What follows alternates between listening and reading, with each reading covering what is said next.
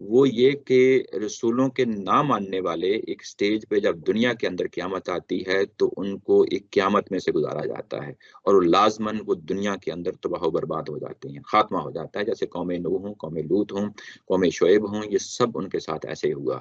اس کے بعد جو تیسرا پہلو ہے جو آل ابراہیم کے ساتھ ہے، یہ پہلو ایسا نہیں ہے کہ یہ دونوں قومیں ہمیشہ کے لیے مٹا دی جائیں گی، نہیں، یعنی یہ قومیں قائم رکھیں گی اپنا وجود قیامت تک کے لیے، لیکن ان کے ساتھ جزا اور سزا کا جو معاملہ ہے وہ اس طرح کا ہے کہ جب جب یہ اللہ کے پیغام کے ساتھ کھڑی ہوں گی، جب اللہ کا جو احکامات ہیں قرآن مجید کی صورت میں ہوں یا تورات کی صورت میں ہوں، بنی اسرائیل کے لیے اور ہمارے لیے ظاہر قرآن ہے، جب ہم اس کے اوپر کھڑے ہوں گے تو اللہ تعالیٰ کی ذات جو ہے نا ہمیں نوازے گی۔ جب یہ تورات پہ کھڑے ہوں گے تو ظاہر ہے کہ تورات پہ کھڑے ہونے کا کیا مطلب ہے، اس کے بعد لازمی طور پہ یہ ان کو قرآن کریم کی طرف آنا ہے، یہ کیونکہ تورات کے احکامات میں سے ہے۔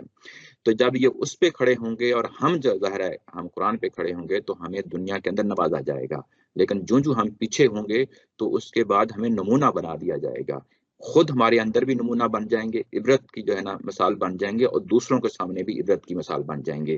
یہ قدم قدم پہ ہوگا، یہ ہر جگہ پہ ہوگا، دنیا کے سامنے ہمیں ہمیں ہمیں دنیا دیکھے گی کہ یہ ہیں جو الہامی روایت کے حاملین قومیں ہیں، اور ان کے ساتھ اس وقت وہ زوال ہے، وہ تباہی و بربادی ہے، وہ ہلاکت ہے۔ ان قوموں کو تباہ نہیں کیا جائے گا، اپنے وجود میں رکھا جائے گا، لیکن یہ اگر اللہ کے ساتھ کھڑے ہوتے ہیں تو دنیا دیکھے گی کہ یہ واقعی سیادت کی جگہ پہ آ گئے ہیں، دنیا میں لیڈرشپ کی جگہ پہ آ گئے ہیں، دنیا کو کچھ دے رہے ہیں، دنیا میں اللہ کا پیغام عام کر رہے ہیں، ان کی اپنی زندگیوں کے اندر بھی موجود ہے اور باہر بھی اس دعوت کو لے کے جا رہے ہیں۔ یہ دونوں قوموں کے ساتھ ہے، اور اگر یوں ہی یہ پیچھے ہٹتے ہیں بحثیت مجموعی تو اس کے بعد یہ دنیا کے سامنے نمونہ بنا دیے جائیں گے، جیسا کہ ہمیں یہاں پہ بتایا جا رہا ہے۔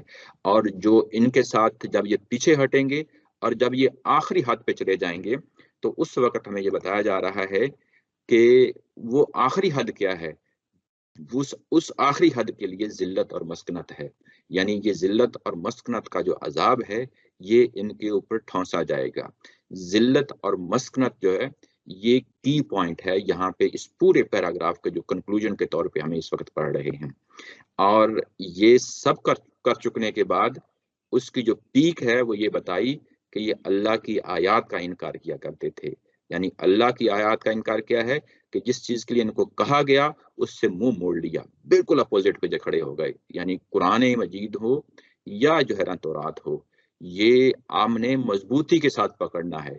قرآن مجید کی حیثیت کوئی معمولی حیثیت نہیں ہے، ہمیں اس کے اندر جو کچھ لکھا ہے دل و جان سے قبول کرنا ہے، اور جس سے منع کیا گیا ہے اس سے جو ہے دور بھاگنا ہے، اس کے قریب تک نہیں پھٹکنا، یہ وہ چیز ہے۔ اگر ہم اپوزٹ کر رہے ہوں گے تو اللہ تعالیٰ کی آیات کا انکار کر رہے ہوں گے۔ اور انہوں نے دوسرا جرم کیا کیا تھا، دیکھیں یہاں پہ بھی ترتیب میں پہلے اللہ کی یاد کو رکھا ہے، اس کے بعد نبیوں کے قتل کا جو ہے نا یہاں پہ سامنے رکھا ہے۔ نبیوں کو قتل کرنا یہ بہت بڑا جرم تھا جو انہوں نے کیا، یہاں پہ نبیوں جمع لے کے آیا ہے۔ ہمیں معلوم ہے کہ 2 انبیاء اکرام کو تو انہوں نے قتل کر دیا، وہ حضرت زکریا ہیں اور حضرت یحییٰ ہیں، اور تیسرے رسول کے لیے اپنے تئیں کوشش کی حضرت عیسیٰ علیہ السلام کو صلیب پہ لٹکانے کی۔ یہ حضرت زکریا جو ہے یہ ہمیں اسی نیچے جو ہے نا اگر آپ دیکھیں اگلے صفحے پہ پیراگراف میں تو ہمیں وہاں پہ پتہ چلتا ہے، ان کی اپنی کتابوں کے اندر بھی یہی لکھا ہوا ہے کہ یواس ان کے بادشاہ کا نام تھا، اس نے حضرت زکریا علیہ السلام کو بیت المقدس میں ہیکل سلیمانی کے سامنے جو ان کی عبادت گاہ تھی، جس طرح ہمارے ہاں بیت اللہ ہے ایسے ہی ان کی جو عبادت گاہ ہے ہیکل سلیمانی، اس کے سامنے وہاں پہ ان کو رجم کیا گیا تھا، ان کو پتھر مار مار کر جو ہلاک کیا گیا تھا حضرت زکریا علیہ السلام کو۔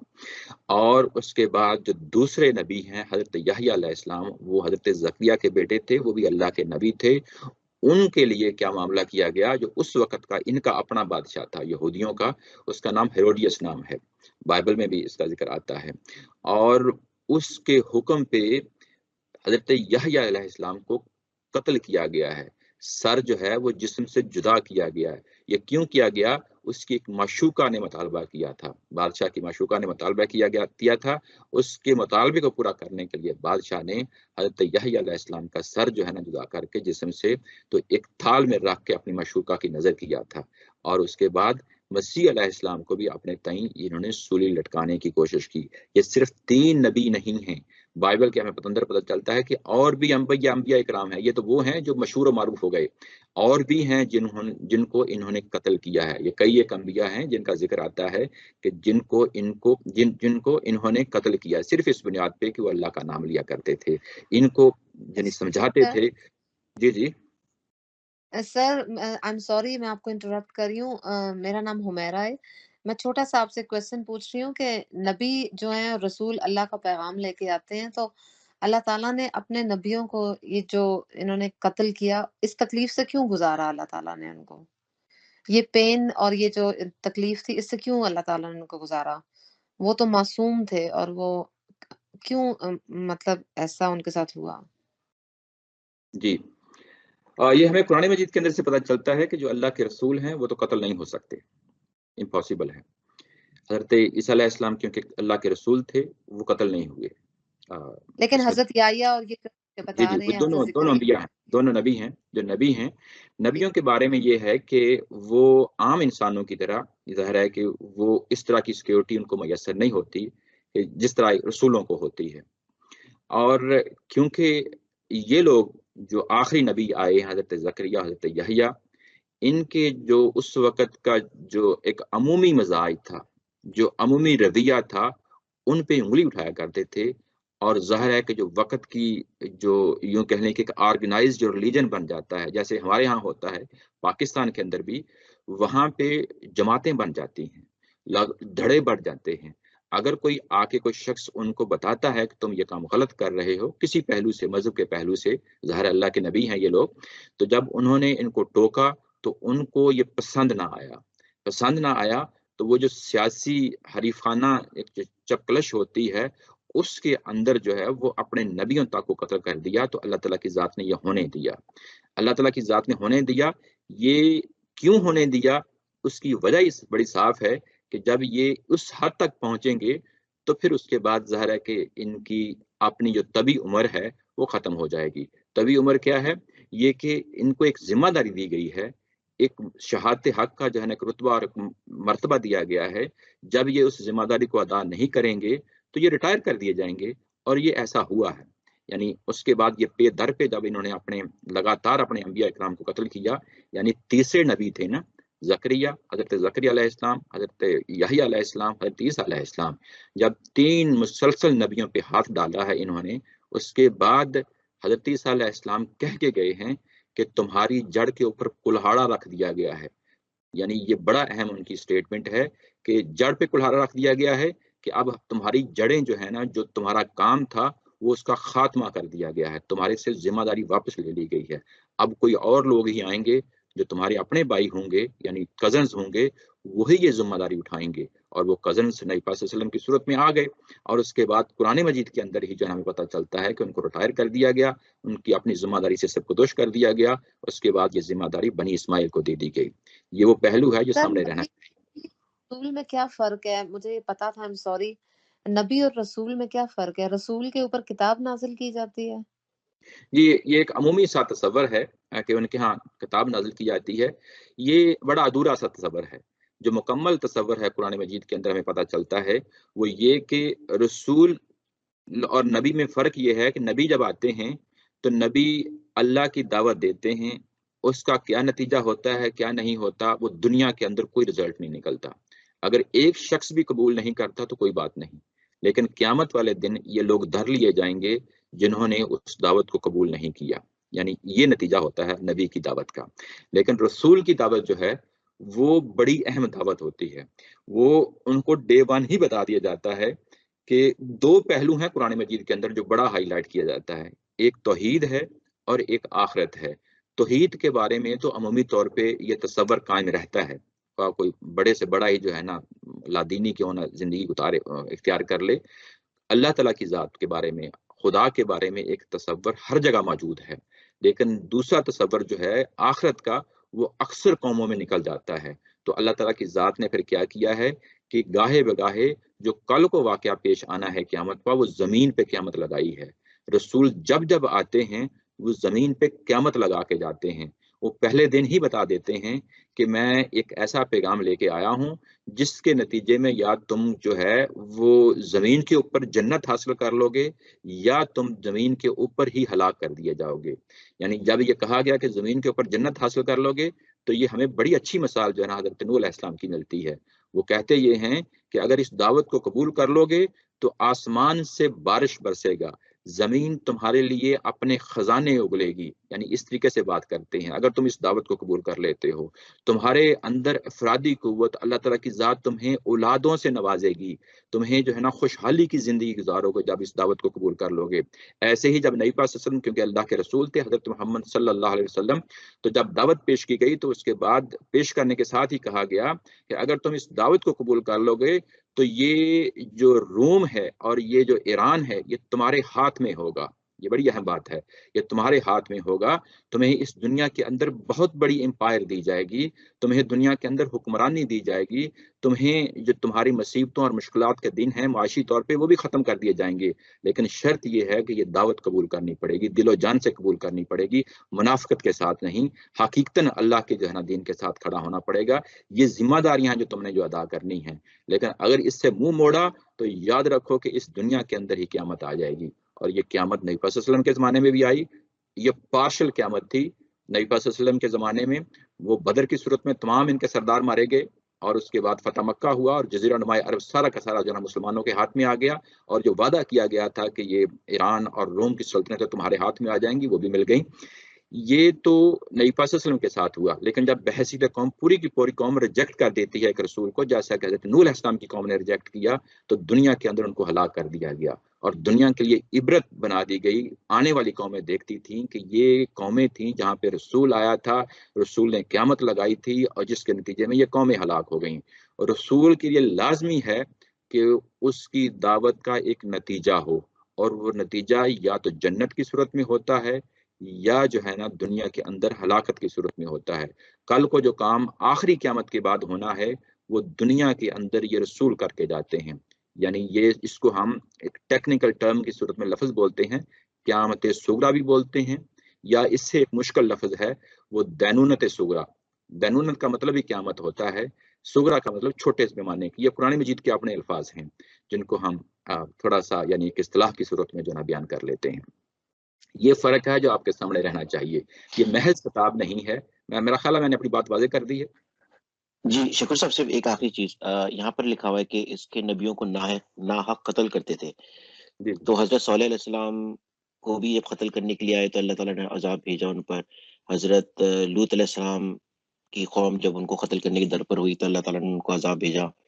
تو حضرت زکریا علیہ السلام کے اور یہ حضرت جو اپنے ایک اور اسلام کا نام لیا تھا، تو اس پر ایسا کیوں نہیں ہوا جب ان کو قتل کرنے کے لیے وہ قوم گئی؟ میں یہی تو بتا رہا تھا کہ دیکھیں رسول اور نبی میں فرق ہوتا ہے. نبی جو ہے وہ یعنی اس کی دعوت کا کوئی اگر کوئی قبول کرتی ہے یا نہیں کرتی دنیا پہ کوئی اثر نہیں پڑتا، اور ایون نبی کو قتل کر بھی دیا جائے تو پھر بھی اثر نہیں پڑتا. یعنی یہ ایک اس طرح کا معاملہ نہیں ہے.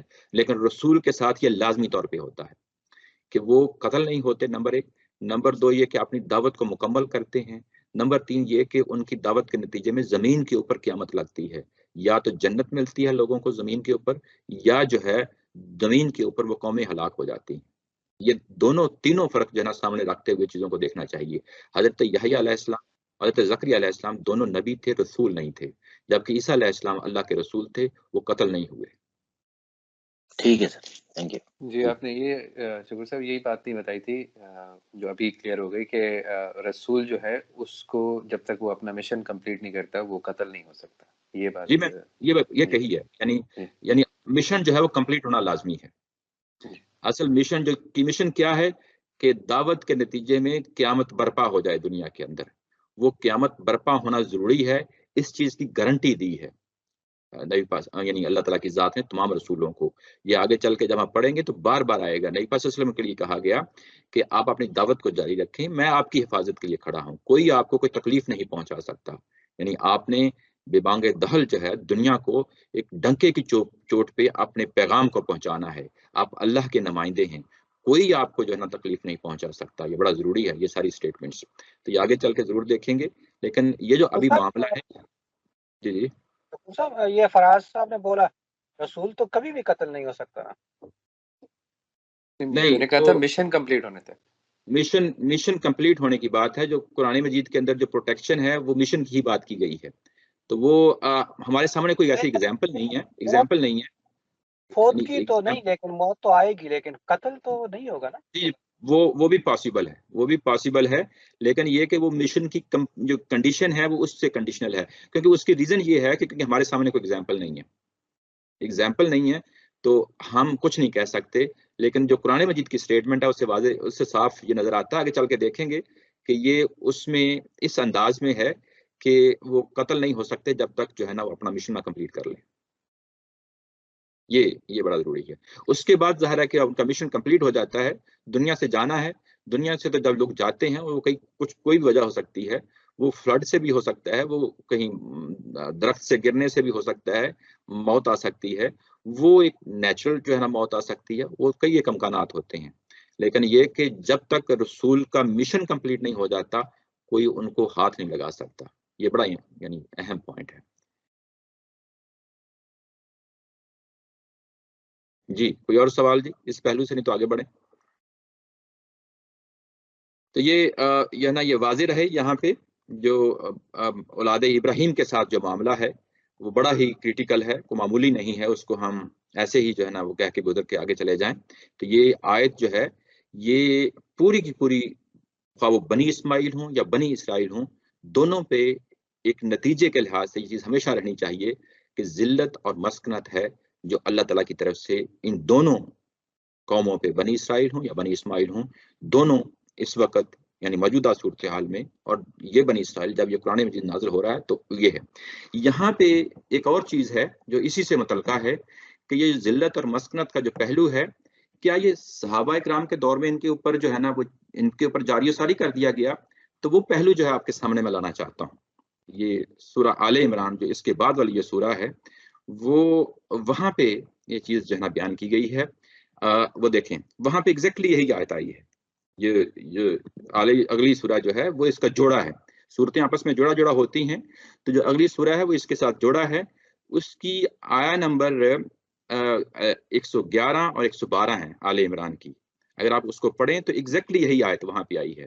وہاں پہ جو اس سے پہلی والی آیت ہے جو ہم نے یہاں پڑھی ہے اوپر 61 میں سورہ بقرہ میں, وہاں پہ ایگزیکٹلی یہ 112 ہے. یعنی یہ بھی دیکھ لیں کہ 61 اور اس کے بعد اس کا ڈبل ہے, آلموسٹ 112 وہاں پہ آئی ہے. دوسرا یہ کہ اس 112 سے پہلے 111ویں آیت جو ہے نا وہ پڑھ کے دیکھ لیں. وہ یہ کہا گیا ہے, میں نے اس کو ہائی لائٹ کیا ہے بلو کلر میں, لَن يَضُرُّكُمْ إِلَّا أَذًى, کہ یہ جو اہل کتاب ہیں, بنی اسرائیل ہیں, یہ آپ کو کوئی تکلیف نہیں دے سکتے. اگر دیں گے بھی تو ظاہر ہلکی پھلکی دیں گے. وَإِن يُقَاتِلُكُمْ يُوَلُّكُمُ الْأَدْبَارَ, یہ اگر تمہارے ساتھ لڑنے کے لیے نکلیں گے تو یہ پیٹھ پھیر کر بھاگ جائیں گے, یعنی کہ ان کے اندر تمہارے ساتھ لڑنے کی کوئی ہمت نہیں ہوگی. ثُمَّ لَا يُنصَرُونَ, اور اس کی بے بسی کا یہ عالم ہوگا کہ کوئی بھی ان کی مدد کرنے کے لیے تیار نہیں ہوگا. ان بنی اسرائیل کے لوگوں کی, اہل یہود کی, جب صحابہ اکرام کے زمانے میں, نبی صلی اللہ علیہ وسلم کے زمانے میں یہ بات کہی جا رہی ہے سورہ آل عمران میں. اس کے بعد اس چیز کو زیادہ واضح کرنے کے لیے جو ابھی 111 میں کہی ہے, آگے پوری 112 آیت ریپیٹ کر دی گئی ہے. یہ اس لیے ہوگا کہ ضربت علیہم الذلۃ اینما ثقفوا, یہ جہاں جہاں بھی میدان جنگ میں پائے گئے. یعنی اب یہاں پہ جو ہم نے سورہ بقرہ میں پڑھا ہے اس کو بھی ذرا دیکھ لیں کہ اگلی سورہ میں جا کے اس کو کیسے کھولا گیا ہے. یہ بات کہی جا رہی ہے اصلاً میدان جنگ کی. یہ بھی بڑی اہم چیز ہے. یہاں جہاں یہ پائے گئے الا بحبل من اللہ, اور ان کے لیے ایک ہی ایکسیپشن ہے کہ یہ تورات کے ساتھ جہاں جا کے جڑ جائیں اور اس کے احکامات کو مضبوطی سے تھام لیں. وحبل من الناس, اور یا تو تورات کو مضبوطی سے تھام لیں تو یہ بچ سکیں گے. اس کے بعد یا ان لوگوں کی پروٹیکشن میں آ جائیں جنہوں نے اللہ کی کتاب کو مضبوطی کے ساتھ پکڑ لیا ہے. وہ کون سے لوگ ہیں؟ ظاہر صحابہ کرام تھے,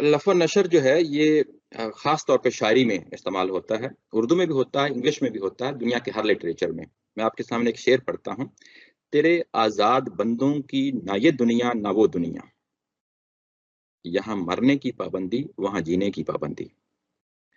یعنی جس خوبصورتی کے ساتھ یہاں پہ شاعر نے جو پہلے جو شعر کا جو حصہ ہے اس میں بات کہی ہے کہ تیرے آزاد بندوں کی نہ یہ دنیا، یہ دنیا اس لیے یعنی جو اظہار کر رہا ہے شاعر کہ یہاں تو مرنا ہے، یہاں مرنے کی پابندی ہے۔ تو جو آزادی کے قدغنے ہیں، جب بندہ مر گیا تو آزادی کس چیز کی؟ اور آگے اس کے بعد کہا ہے کہ نہ وہ دنیا، یعنی تیرے آزاد بندوں کی نہ وہ دنیا، یعنی جو دنیا آگے ہمیں ملنی ہے قیامت کے بعد، وہ بھی جو ہے نا آزاد بندوں پہ بڑی بھاری گزرے گی، وہاں جینے کی پابندی ہوگی۔ تو یہ کیسی آزادی ہے؟ تو یعنی یہاں پہ شاعر نے کیا کہا کہ جب یہ کہا کہ نہ یہ دنیا، اور اس کو اگلے مصرے میں کھولا ہے یہاں مرنے کی پابندی، اور جب یہ کہا کہ نہ وہ دنیا تو اس کو اگلے مصرے میں کھولا ہے وہاں جینے کی پابندی۔ تو یہ جو ہے لفظ و نشر، جو بات پہلی فریز میں یا پہلے مصرے میں کہی جاتی ہے اس کو مزید اگلے مصرے میں یا اگلے فقرے کے اندر کھولا جاتا ہے۔ تو قرآن مجید نے یہاں پہ بھی لفظ و نشر کی ترتیب کو سامنے رکھا ہے، وہ یہ کہ جب اللہ کی آیات کو انکار کرتے تھے تو اس کے لیے اسو کا لفظ استعمال کیا، جب وہ پیغمبروں کو قتل کرتے تھے تو اس کے لیے یعتدون کا جو ہے لفظ استعمال کیا۔ میں اس ٹاپک کو جو ابھی ہم پڑھ رہے ہیں اس کو کنکلوڈ کرنا چاہتا ہوں، اگلی آیت ہی پڑھ لیتے ہیں، نہیں تو جو ہے نا اگلی دفعہ پھر مجھے دوبارہ کرنا پڑے گا، کیونکہ اس کے بعد یہ جو پوری بات ہے وہ مکمل ہو جائے گی۔ یعنی قرآن مجید کا جو پورا پیراگراف ابھی تک پڑھتے آ رہے ہیں دعوت کے حوالے سے بنی اسرائیل کی، وہ اگلی آیا کے ساتھ مکمل ہو جائے گا، یعنی ایک سائیکل کمپلیٹ ہو جائے گا۔ اس کے بعد سٹل جو ہے نا کئی ایک واقعات ہیں جو قرآن مجید نے بیان کرنے ہیں، اتمام حجت کرنا ہے بنی اسرائیل پہ، مدینہ کے اندر جو اہل یہود ہیں ان کے سامنے پوری کی پوری بات کو واضح کرنا ہے، کئی ایک پہلوؤں سے بات رکھی جائے گی۔ لیکن قرآن مجید کا اسلوب یہ ہے کہ وہ پہلے ایک سائیکل میں ایک بات کہتا ہے، اس کے بعد سیکنڈ راؤنڈ میں دوسری بات کہتا ہے، اس کے بعد تھرڈ راؤنڈ میں تیسری بات کہتا ہے۔ تو یہاں پہ فرسٹ راؤنڈ جو ہے وہ کمپلیٹ ہو جائے گا 62 کے ساتھ۔ تو میں چاہتا ہوں کہ وہ بات مکمل ہو جائے تاکہ ہم اگلی دفعہ جو اگلا راؤنڈ ہے، جو اگلا سائیکل ہے دعوت کا، وہ اس کے ساتھ ہم اس کو آغاز کریں۔ تو یہاں پہ ابھی تک یہ بتایا 61 میں کہ جو تمہیں دنیا کے اندر جزا اور سزا کا معاملہ تھا، یہ جزا اور سزا دنیا کے حوالے سے تھی، یہ جزا اور سزا دنیا کے حوالے سے تھی۔ جب جب تم میری آیتوں کے ساتھ کھڑے ہوئے تو میں نے من و سلوہ اتارا، میں نے 12 پانی کے چشمے جاری کر دیے، تمہارے اوپر بادل میں نے چلا دیے، تمہیں پروٹیکشن دیتے تھے، زمین کے اوپر حرارت تھی سورج کی، اس حرارت سے پروٹیکشن کے لیے میں نے بادل کھڑے کر دیے، اتنا کچھ میں نے تمہیں دیا۔ تو یہ جزا کی صورت میں جب جب تم نے میرے نبیوں کو قتل کیا، میری آیتوں کا انکار کیا، تو تمہاری میں نے ٹھکائی کی۔ یہ جزا اور سزا دنیا کے حوالے سے ہے۔ کیا یہ جزا اور سزا آخرت کے حوالے سے بھی ہونی چاہیے؟ اللہ تعالیٰ کی ذات نے اگلی آیت میں کھولا ہے۔ وہ کیا پہلو ہے، دونوں میں کیا فرق ہے، جو دنیا کے اندر جزا اور سزا ہے اور آخرت کی جزا اور سزا ہے، وہ قرآن مجید نے بڑی خوبصورتی کے ساتھ ان دونوں کو آپس میں لنک کر کے بتا دیا ہے کہ اب میں نے تمہارے ساتھ قیامت میں کیا معاملہ کرنا ہے، اس پہلو کو بھی سامنے رکھ لو۔ یعنی ابھی تک جو ہم نے پڑھا ہے وہ دنیا کی جزا اور سزا کے بارے میں پڑھا ہے، قیامت میں کیا کرنا ہے وہ آگے 62 کے اندر ہے۔ ان الذین آمنوا والذین ہادوا والنصارى والصابئین من آمن باللہ والیوم الآخر وعمل صالحا فلہم اجرہم عند ربہم۔ نیچے استاذ محترم نے اس کو کنیکٹر میں رکھا ہے، بریکٹ میں رکھا ہے، سو جزا اور سزا کا قانون بالکل بے لاگ ہے۔ یہ جزا اور سزا کا جو اوپر قانون تھا یہ بڑے واضح طریقے سے اس کو کھول دیا، یہ بالکل بے لاگ ہے۔ یہ کچھ اصول ہیں جس کا لازمی طور پہ نتیجہ نکل کے سامنے آ جاتا ہے۔ یہ دنیا کے اندر جو اولاد ابراہیم کے لیے جو قیامت برپا ہے اور قیامت تک کے لیے برپا رہے گی، یہ بے لاگ ہے، یہ اصول، یہ جو بات اوپر کی گئی ہے اس کے لیے یہاں پہ کنیکٹر لایا گیا ہے۔ لیکن قیامت کے حوالے سے یہ کہا کہ وہ لوگ جو اس نبی امی پر ایمان لائے، نبی امی پر یعنی کہ جو اس نبی پر، اس رسول پر، حضرت محمد صلی اللہ علیہ وسلم کی ذات پر ایمان لائے، ان کو بھی یہاں پہ شامل کر لیا ہے۔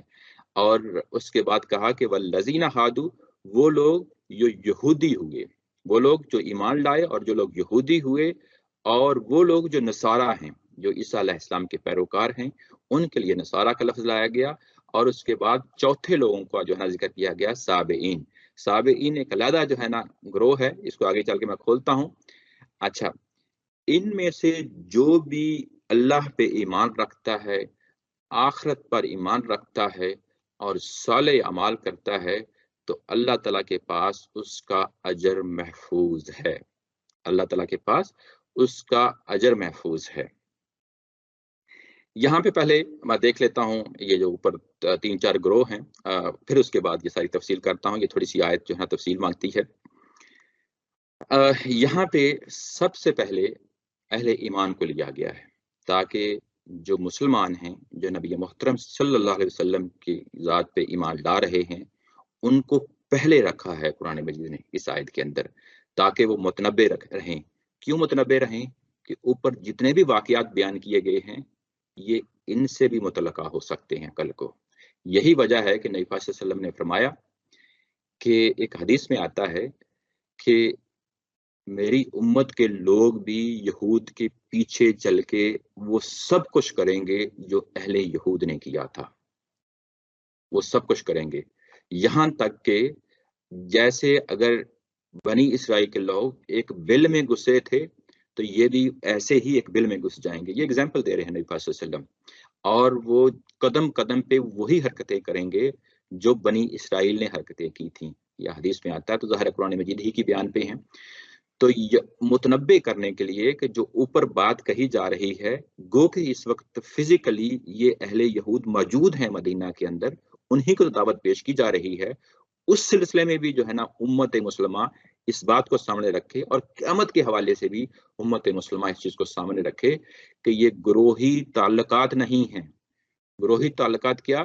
کہ میں یہود ہوں، میں نصارہ ہوں، میں سابعی ہوں، میری نجات گروہی تعلقات کی بنیاد پہ ہوگی، ہرگز نہیں ہوگی. میرے اصول ہیں، اللہ تعالیٰ کی ذات یہاں پہ واضح بتا رہی ہے کہ میرے کچھ اصول ہیں، ان اصولوں کی بنیاد پہ قیامت والے دن نجات ہوگی. وہ انفرادی طور پہ تم نے آنا ہے. یہ بڑی اہم بات ہے، یہ جہاں پہ بیان کی جا رہی ہے. دنیا کے اندر میں قوموں کا معاملہ قوموں کی صورت میں نمٹاتا ہوں، لیکن قیامت والے دن قوموں کی صورت میں نہیں نمٹاؤں گا، بلکہ تم نے انفرادی طور پہ میرے پاس آنا ہے. اور اس میں تم یہودی بھی ہو سکتے ہو، تم عیسائی بھی ہو سکتے ہو، تم جو ہے نا مسلمان بھی ہو سکتے ہو، لیکن اصل کیا چیز ہے وہ یہ کہ اللہ پہ ایمان ہے، یوم آخر پہ ایمان ہے، یعنی قیامت والے دن پہ ایمان ہے. ایمانیات کی یہ ساری دونوں قسمیں یہ کور ایمانیات کی چیزیں ہیں. اور اس کے بعد صالح اعمال ہیں.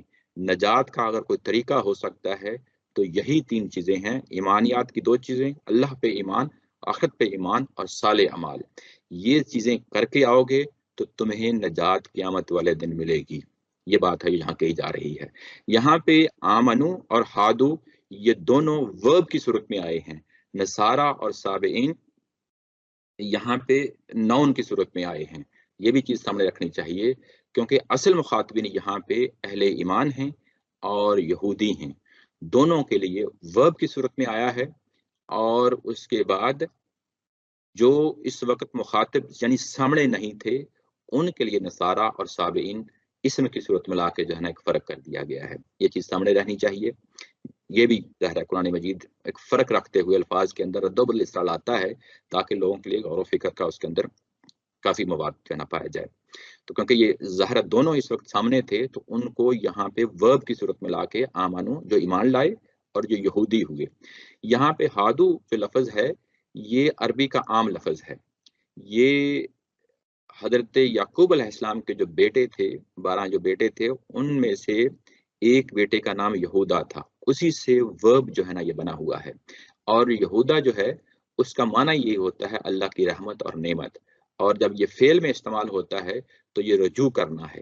گویا کہ یہاں پہ ہمارے حمید الدین فراہی صاحب، امام حمید الدین فراہی صاحب وہاں پہ ایک بڑی یعنی ایک بڑی گہری بات کرتے ہیں.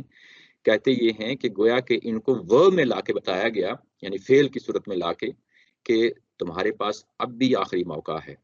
یعنی آخری موقع جو اس رسول کی صورت میں تمہارے سامنے آ چکا ہے. تمہاری تمام پچھلی جو غلطیاں، کوتاہیاں، کمیاں ہیں میں اس کو معاف کر دوں گا، تم رجوع کرو.